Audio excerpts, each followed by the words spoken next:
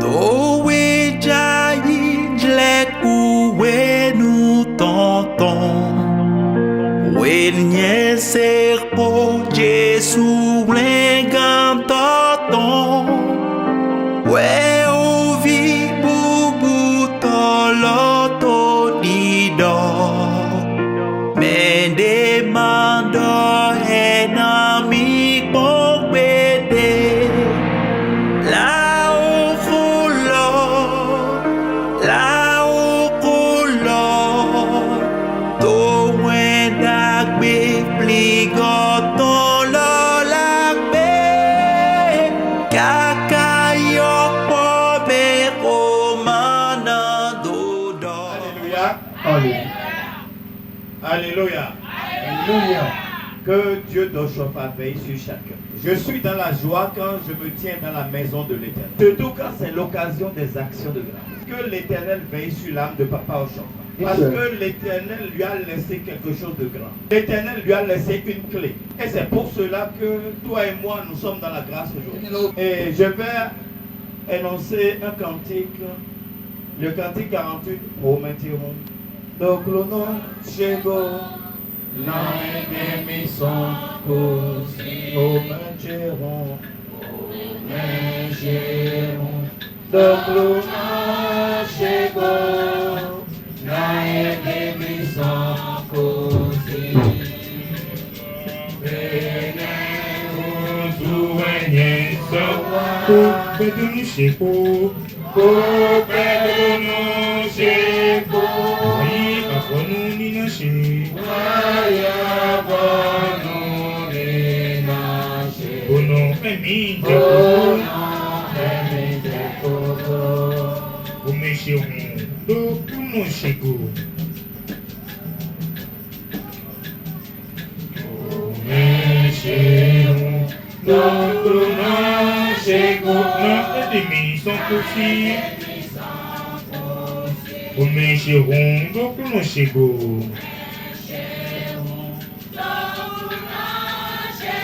Non edemi son kosi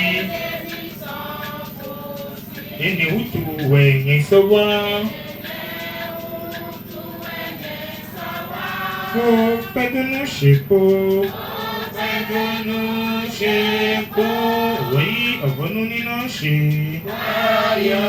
Avanu nina Bono kemi jepodo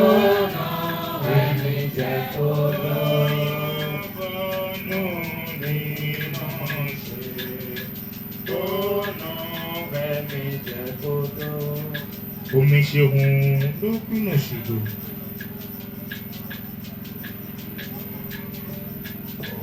Ome shehun do kuno shego Na edemi son kosi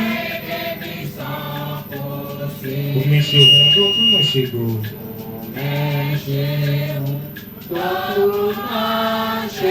Na edemi son kosi Ene utu wenye sawa Kopedunu sheko Wei avanu nina she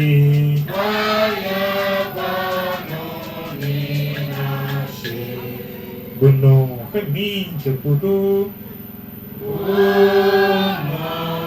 kemi jepodo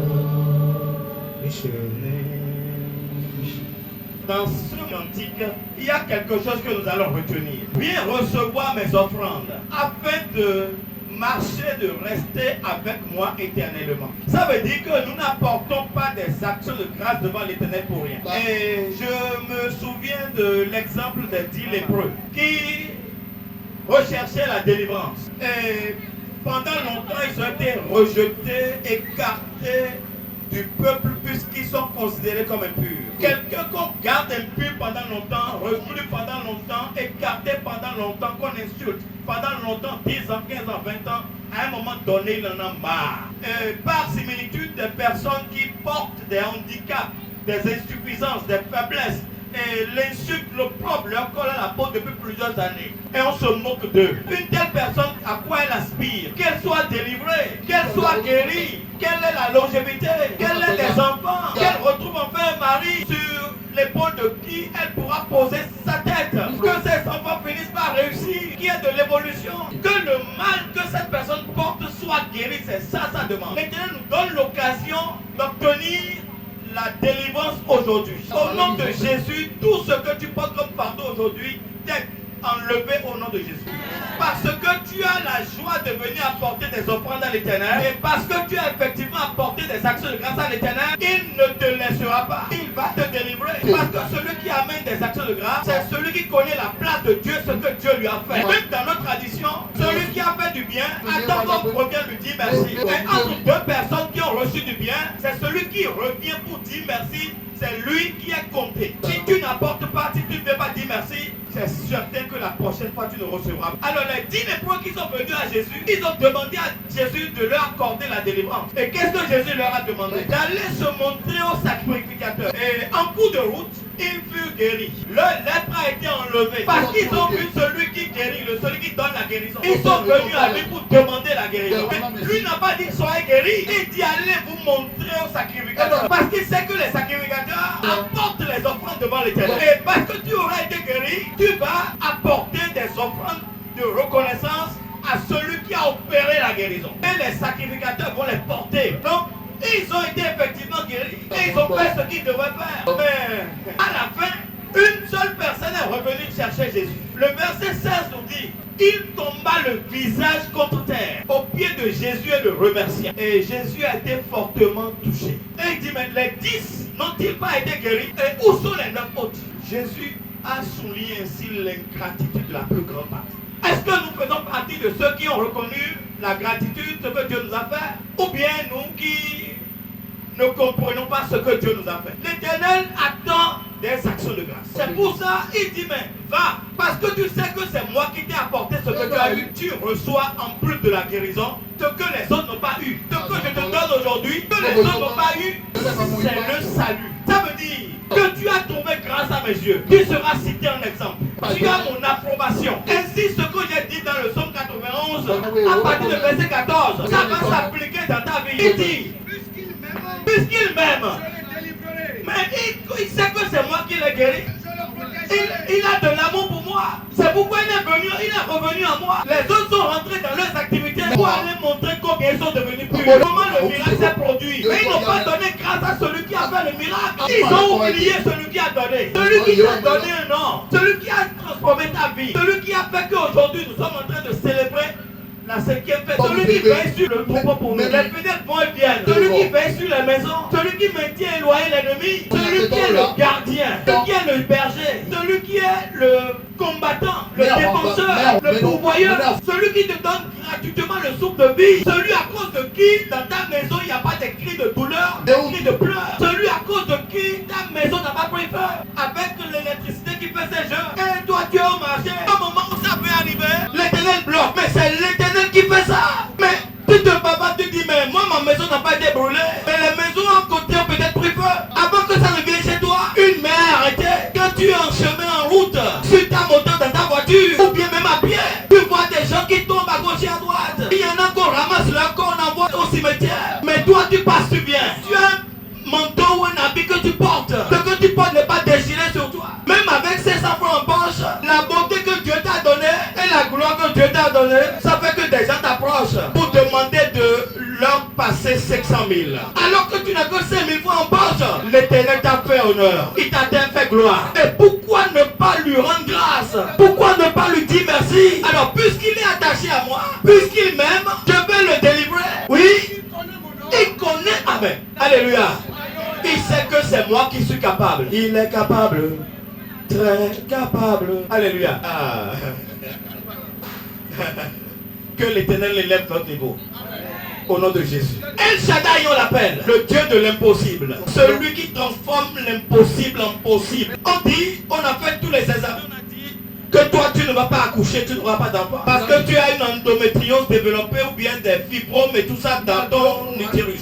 Ou bien on dit que ton mari n'a pas en capacité de reproduire. Alors, tu dis mais je suis découragé. Je suis découragé. Anna était rendue stérile par l'Éternel. On n'a pas dit qu'un tante qui l'a empêché de devenir Eh ben, fécond. Et chaque fois qu'ils doivent aller à Silo en pèlerinage pour rendre grâce, que se passe-t-il? Son mari, 1 Samuel 1, 4 à 5, Non. il faut amener des offrandes à l'Éternel.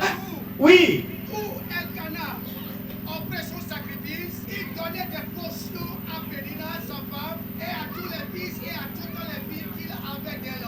Mais il donnait à Adam une portion double. Alléluia. Il donne une seule portion à Pénina et à ses enfants. Mais Alors. à celle qui était stérile, continuez. Une portion double. Pourquoi? Car il aimait Adam que l'Éternel avait rendu stérile. Ah, hey. Il donnait à Anna qui était stérile une portion double. Afin que lorsqu'ils vont se présenter devant l'Éternel avec leurs actions de grâce, que l'Éternel regarde ce que chacun a mené et qu'il choisisse la meilleure part. C'était le sacrifice à consentir. Chaque fois que les autres donnent une fois, toi qui es à la recherche de quelque chose, toi dont le nom a été spolié et insulté, qui attend une délivrance, tu donnes plus que les autres. En disant à l'Éternel, l'effort que je fais, là où je rentre, c'est pour que tu puisses écouter ma prière, que tu puisses me sortir de l'indigence.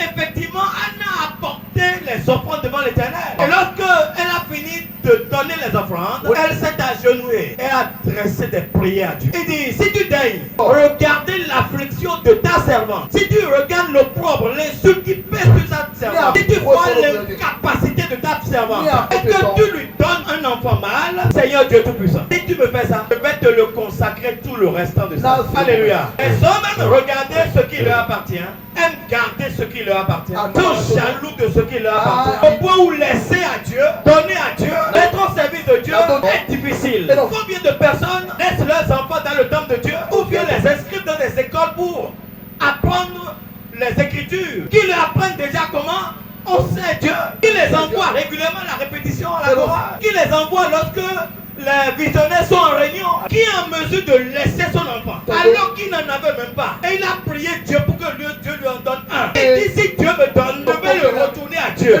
Ça veut dire, étant conscient de sa faiblesse et voulant que sa faiblesse soit corrigée, en remettant ce que Dieu lui a donné à l'Éternel. Ceux qui sont riches, qui ont beaucoup d'argent, ceux qui ont des voitures, ceux qui ont des motos, ceux qui ont beaucoup d'activités, combien se soucie de mettre un peu à la disposition de Dieu.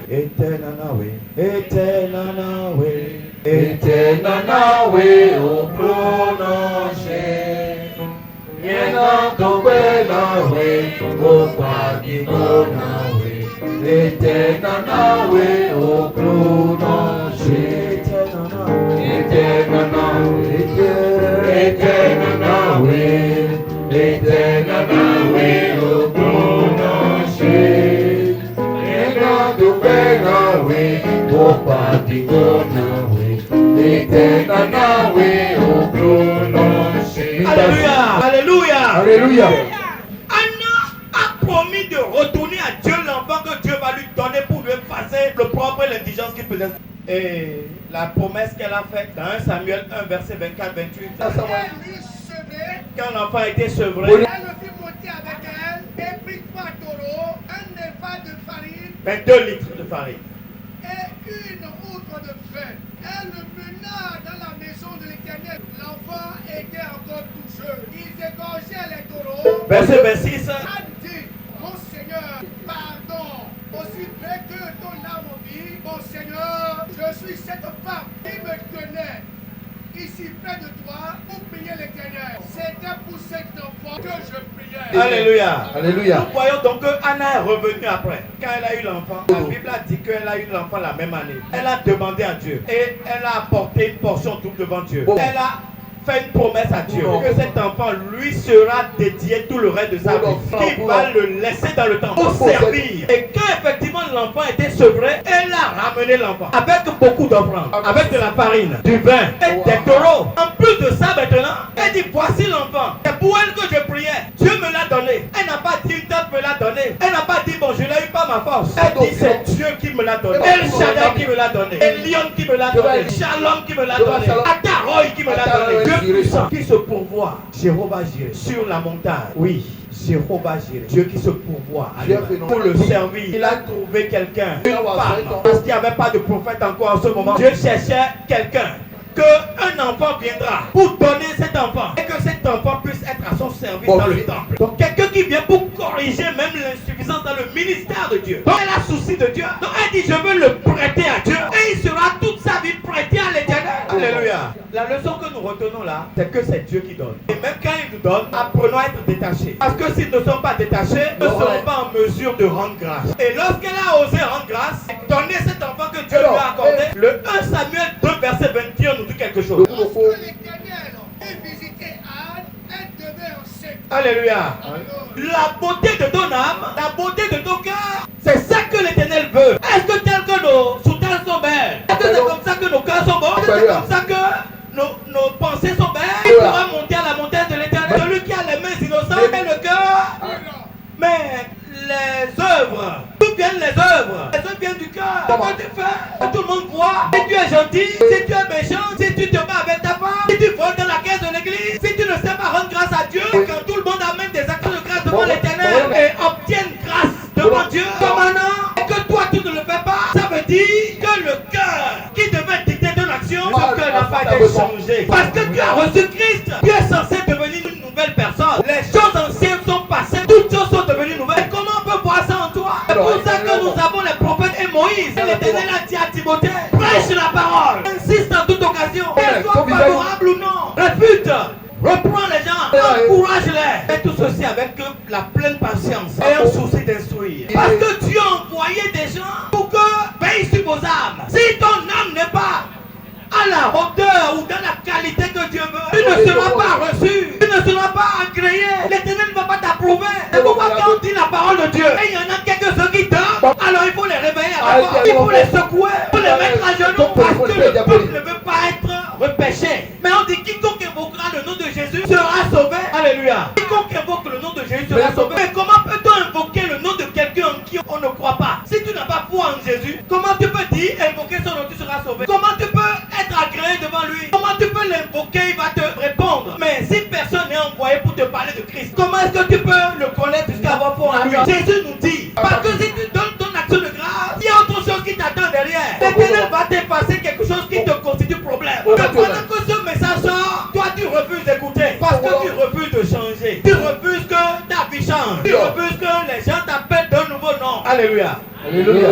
Nous devons aimer la parole de Dieu parce que c'est ça qui nous met en état d'approbation devant l'Éternel. C'est ça qui nous permet d'avoir foi en Jésus, de recevoir Jésus et de ne pas nous attacher à des pratiques qui demeurent des pratiques anciennes. Et c'est ce que l'Éternel a donné à papa Joseph. Il dit prends ma parole, dis-leur ma parole. Mais je sais qu'ils ne t'écouteront pas. Mais comme ils ne t'écouteront pas, pour les attirer, je donne ma puissance, je donne mon bâton, afin que tu opères des miracles. À un moment donné, beaucoup de gens se sont abonnés aux pratiques, se sont abonnés aux miracles. Tant qu'il n'y a pas prière de combat à Saint-Michel, ils ne sont pas là. Tant qu'il n'y a pas de travail de bonheur, on va t'exposer. Alors que c'est la foi en Jésus qui amène tout en réalisation. Alléluia. 1 Samuel 2, verset 21 nous dit, oui. Puis visiter Anne, Oui. elle devait enceinte et elle enfanta 3 fils Ah. et 2 filles. Très bien, alléluia. Alléluia. Tel que Dieu avait rendu stérile, elle a eu encore 5 enfants en plus de sa vie. Simplement parce qu'elle est venue faire son action de grâce. Si tu ne rends pas grâce, tu vas bloquer ta bénédiction. Et c'est pour cela que l'Éternel nous a mis gardiens de vos âmes. Donc nous devons rendre compte, en cette occasion d'action de grâce, après vous avoir convaincu de la nécessité d'apporter des offrandes distinguées devant l'Éternel, l'Éternel profite encore de cette occasion pour nous parler des couples. Le succès des couples. Le succès des couples, est-ce que ça dépend de la beauté physique ou bien de la beauté du cœur? Alléluia. Alléluia. C'est quoi un couple? C'est 2 personnes de sexe opposé qui se mettent ensemble de façon libre et consentie pour la vie. Mais l'Éternel a déjà dès le commencement dit ce que devrait être le succès d'un couple. Dans la vision même de l'Éternel sur le couple, lorsqu'il a créé le premier couple, il a dit ce qu'il voulait. Il est parti de constat. Il part du constat que l'homme était seul. Il ne trouva point d'être semblable à lui. Ça veut dire que l'Éternel recherche à côté de l'homme quelqu'un qui lui est semblable, qui lui ressemble. Ça c'est la première chose. Parce que nous connaissons tous comment l'homme a été créé, comment la femme a été créée. L'Éternel a fait tomber un sommeil profond sur l'homme. Il a retiré une côte. Et de cette côte, il a fabriqué la femme. Et l'a ramené auprès de l'homme. Il dit, voici ton semblable. Voici ton être. Voici celle qui est l'os de tes os, la chair de ta chair. Et l'Éternel a fait une prière sur eux. Dès lors qu'ils sont 2, l'Éternel a fait une prière. Il dit, soyez féconds, multipliez et remplissez la terre et dominez la terre. Ça veut dire que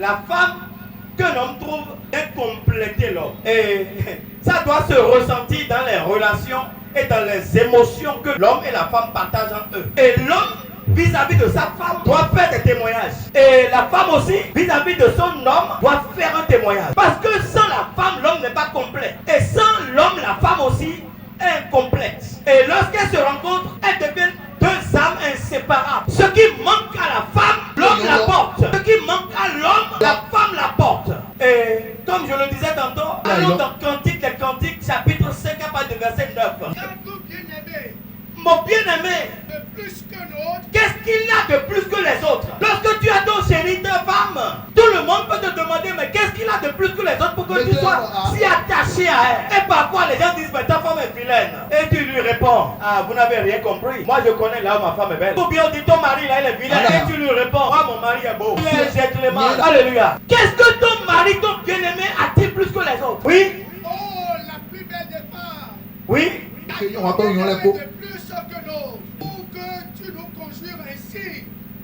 Mon bien-aimé. Mon bien-aimé est blanc et oui. vermeil. Ah, il a commencé par apprécier son mari. Oui. Il se distingue entre 10 000. Ah, si on ramasse, on réunit 10 000 hommes, son cœur va vers celui-là seul. D'où venez-vous entendre qu'un homme dise à sa femme qu'elle est vilaine et qu'une femme dise à son mari qu'il est vilain? Donc la beauté extérieure n'est pas le problème. L'homme qui a trouvé sa femme est forcément beau pour la femme. Et la femme qui a trouvé son homme, elle est forcément belle pour son homme. Vous n'avez pas vu Abraham et Sarah? Abraham a reconnu la beauté de sa femme. Dans Genèse 12, verset 11. Il dit, mais elle est belle de figure. Un homme peut-il dire que sa femme est vilaine de figure? Ça veut dire que lui-même, dont la femme est tirée, ça veut dire que lui-même il est vilain. C'est un témoignage contre lui-même. Oui. Sa tête est de l'or pur. Sa tête est de l'or pur. C'est de l'or. Pendant que les gens voient du sable, toi tu vois de l'or. Et les gens disent, mais est-ce que la femme lui a fait boire des mis? Est-ce qu'elle aura dit qu'elle dans ses légumes dans la sauce? Oui.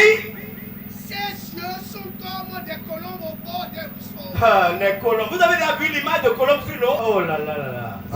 C'est une image resplendissante. C'est à nous faire rêver. C'est comme si tu étais dans ton profond sommeil. Donc c'est beau à regarder. Oui. Se baignant dans le lait. Dans le lait. Le lait qui renforce. Oui. Reposant au sein de l'abondance.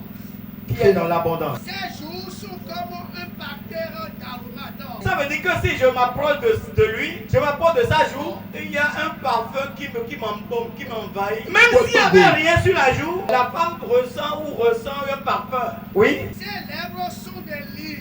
Ah, alléluia. Alléluia. Je ne veux pas décrire ça là. Parce que si vous décrivez ça, vous n'allez plus jamais vous éloigner des lèvres de vos femmes. C'est ce que la femme dit de son mari. Et chapitre 4, verset 1.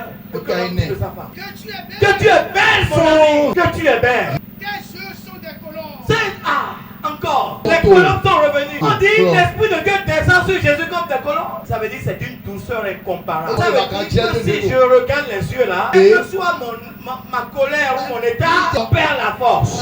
Je me mets à genoux en même temps. Je deviens amoureux en même temps. Je suis calmé en même temps. Tes cheveux sont comme un troupeau de chair. Alléluia. Alléluia. Donc la beauté physique c'est quelque chose de naturel dans un couple. Le problème aujourd'hui, dans notre société aujourd'hui, si le succès du couple dépend de la beauté physique ou bien de la beauté du cœur, c'est parce que les hommes ne trouvent plus leurs femmes. Ou bien les femmes ne trouvent plus leurs hommes. Pas manque de patience, pas manque d'éducation, pas manque de communication, pas manque de recul. Tout le monde est pressé. Voyant l'or, ils ne savent pas que tout ce qui brille n'est pas de l'or. Ils disent que c'est de l'or. Mais qui te dit que ce qui brille est de l'or? Parce que tu vois une femme qui passe, bien habillée, de joli visage, avec des tresses qui descendent dans tes sous de ses mains. Pour toi, elle sera ta femme. C'est ta femme, ça. Ou bien quand tu vois l'homme qui parle bien, qui est géant, qui a un beau visage, comme David, et qui encore chante bien dans la chorale, ou bien des moyens de voiture, tu vas te dire que lui là, ça va être ton mari. C'est bien que beaucoup de jeunes se perdent et les couples ne durent pas. Et lorsque tu vois les couples, que tu les suis, tu te rends compte que les problèmes qu'ils ont dans les couples dépassent les problèmes du dehors. Et je demande à ces personnes que j'ai l'occasion de recevoir, où est l'amour du début? Ce que tu as vu là, ça t'a intéressé là. C'est où? L'émotion que ça t'a créé. Qu'est-ce que c'est devenu? Mes frères et sœurs, le problème réside justement dans l'empressement à se marier. C'est pourquoi nos jeunes enfants qui grandissent, ne commettez pas les mêmes erreurs que vos parents. Dans les groupes de copains, quand on rencontre des filles dans le quartier et qu'on veuille faire ce qui n'est pas normal avec elle, quand elle va tomber enceinte, la Bible dit que tu as couché avec elle, tu dois l'épouser. Et lorsque tu l'épouses, alors que c'est pas ta femme, prépare-toi à gérer des problèmes. C'est le problème que nous avons dans la société.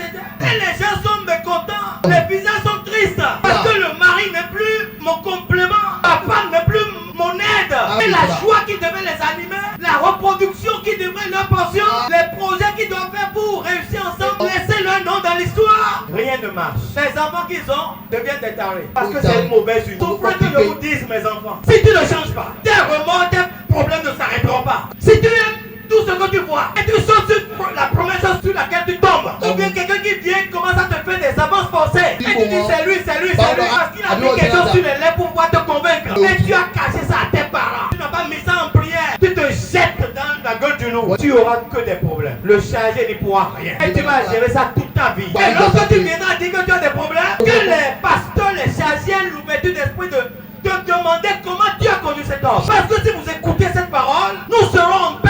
Sur 10 problèmes gérés dans l'église, il y a au moins 7 qui concernent les couples. Parce qu'il y a un problème d'éducation. Vashti a manqué de respect à son homme. Et le texte nous dit que l'homme organisait un festin. Et il était ivre. Donc il avait perdu son contrôle. C'est de couple qu'il s'agit. C'est pas de femme seule qu'on parle. C'est de l'homme aussi qu'on parle. Tu es ivre. Et quand on est ivre, on perd le contrôle de soi-même. Alors que Proverbe 31 à partir de verset 4-5, la maman instruisait son fils qui était roi. Elle lui dit, ce n'est point au roi, mon fils, de boire du vin, ni au prince de rechercher des liqueurs fortes, de peur qu'en buvant, ils oublient la loi et ne méconnaissent les droits des malheureux. Mais quand tu bois l'alcool et que tu deviens ivre, et c'est en ce moment que tu envoies chercher ta femme pour montrer sa beauté à ses invités. Que vas-tu dire d'elle? Est-ce que tu vas apprécier vraiment la beauté ou bien tu vas dire ce qui te passe par la bouche? Quelle femme va accepter de se faire humilier publiquement? Alors dans son rôle d'aide, pour ne pas être amenée à répondre à son mari devant le public, elle a refusé de répondre. Elle refusa de venir. Pour beaucoup de gens, c'est l'humiliation, c'est l'irrespect, c'est le dénigrement, c'est la défiance de l'autorité. C'est un mauvais exemple pour les filles et les sujets. Mais il aurait dû respecter la loi. Si on éduque nos femmes, on doit éduquer nos rois et nos hommes. Parce que quand tu bois, tu sais plus ce que tu fais. Tu peux frapper ta femme publiquement. La mission qu'on t'a confiée, tu ne la feras plus bien. L'esprit de Dieu est éteint. Parce que l'esprit de Dieu agit comme l'alcool. Mais les deux sont nuls. Lorsque l'alcool est sur toi, l'esprit reste loin. Ça veut dire que tu n'es plus guidé par le Dieu. Et comment peut-on citer l'exemple de ce roi qu'on appelait Xerxès? Il n'est pas un exemple. Non, la femme a bien fait de dire non. Si Dieu parlait encore aux gens en ce moment, il aurait dit au roi, écoute ta femme. Comme il a dit dans Genèse 22, verset 10, lorsque Abraham, Et elle dit à Abraham, chasse cette servante. Et Sarai dit à son mari, chasse la servante. Oui. car le fils de cette servante n'héritera pas avec mon fils. L'enfant que l'homme a eu avec Agar la servante, parce que sa femme Sarah l'y a forcé. Dieu dit à Abraham, attends-moi, c'est ta femme Sarah qui te donnera l'enfant que je veux. Et cette même femme Sarah pousse son mari à coucher avec la servante. Et l'enfant est sorti. Et l'enfant est sorti. Et un peu plus tard, elle-même Sarah est tombée enceinte. Et au moment où on faisait la fête pour avoir sevré Isaac, elle a vu que Ismaël, le grand frère de Isaac, arrive. Elle a été saisie par la jalousie. Elle appelle son mari. Elle dit, ce petit-là et sa maman-là doivent quitter cette maison aujourd'hui. C'est la jalousie. Parce qu'elle ne veut pas que l'enfant de l'Égypte à Israélite. Mais vous avez eu cet enfant par désobéissance. Et c'est toi qui as poussé le mari. Et maintenant, l'homme est dans l'embarras parce que c'est toi qui m'as poussé. Comment un homme peut-il voir son enfant partir de la maison? Imaginez la douleur d'un homme. Pourtant, le verset 12, Dieu dit à Abraham, Dit à Abraham, que cela ne te déplaise pas à tes yeux. que cela ne te déplaise pas. Annick, Ce que ta femme vient de dire là, écoute, oui, vas-y. À cause de l'enfant de ta servante. Donne à Sarah ce qu'elle te demandera. Car c'est Isaac que sortira une prospérité qui te sera propre. Vous avez vu, Dieu a approuvé la demande de la femme. Bien que à nos yeux ça soit tordu. Parce que la date publique dit, ce que la femme veut, Dieu le veut. Si tu veux la paix, c'est elle qui te donne à manger, non? C'est elle qui coûte tes vêtements, non? C'est elle qui éduque tes enfants, non? C'est elle qui garde ta couche, non? Si tu veux la paix, écoute pour éviter. Ça veut dire que Dieu est pour les femmes. Donc ce que Vashti a fait, réunit à Dieu pour être d'accord. Maintenant Dieu exhorte les femmes. Et c'est de ça que nous parle le deuxième texte. Parce que, qu'on le veuille ou non, le chef de la famille c'est l'homme. La partie la plus importante c'est l'homme. Et la femme n'est que l'os. C'est pas la femme que la déchéance est venue dans l'humanité. C'est pourquoi le deuxième texte nous dit. Ce n'est pas Adam qui a été séduit. Oui. C'est la femme qui séduite s'est rendue coupable de transgression. C'est elle qui a poussé l'homme à transgresser. Comme le cas d'Abraham. Mais Dieu a accepté ça. Mais maintenant Dieu demande d'exhorter les femmes. Elle veut utiliser les femmes pour que l'humanité qui est déchue soit reprise en amitié avec Dieu. N'oublie pas que c'est toi qui as contribué à l'échec de l'humanité. Mais verset 15, mais tu seras sauvé En devenant mère, si elle persévère avec ni à Alors, dans la foi, dans la charité, c'est pourquoi je parlais de foi et des œuvres tout à l'heure. Et Jacques 2, verset 17 nous le rappelle bien. Tu me dis que tu as la foi. Et où sont tes œuvres? La foi sans les œuvres est une foi morte. Oui, c'est cool. Alors, Dieu veut que la femme ait la foi. Donc, qu'elle enfante, devenir femme, donc devenir après mère. Si elle persévère dans la foi. dans la charité, Vous savez pourquoi devenir mère? Parce que lorsque Dieu s'est fâché contre les trois là qui ont commis l'erreur, le serpent, la femme, l'homme, il a dit au serpent, dans Genèse 3, verset 15, il dit, j'installe une inimitié, une haine en toi, en ta postérité. Ça veut dire que tous ceux qui naissent de la femme va recevoir l'enseignement pour les éduquer. Donc la femme sera le canal de l'enseignement. Si elle n'a pas reçu l'enseignement, dans la soumission, dans le calme, dans le silence, comment elle peut transmettre la vraie parole de Dieu à sa descendance? Parce que les enfants sont plus avec les mamans qu'avec les papas. Et Proverbe 1, verset 8 nous le dit bien. Écoute l'instruction de ton père et ne rejette pas l'enseignement de ta mère, afin que tout ce que tu feras soit couronné de la grâce de Dieu. Mais qu'est-ce que toi, femme, qui est devenue mère, tu as pu laisser aux enfants que Dieu t'a accordé, afin que tes enfants puissent combattre Satan qui t'a utilisé aussi, en dormant, pendant la prédication, en te battant avec ton mari, en faisant des calculs dans la poche de ton mari, en insultant ton mari devant les enfants, en refusant aux enfants de venir écouter la parole de Dieu, en étant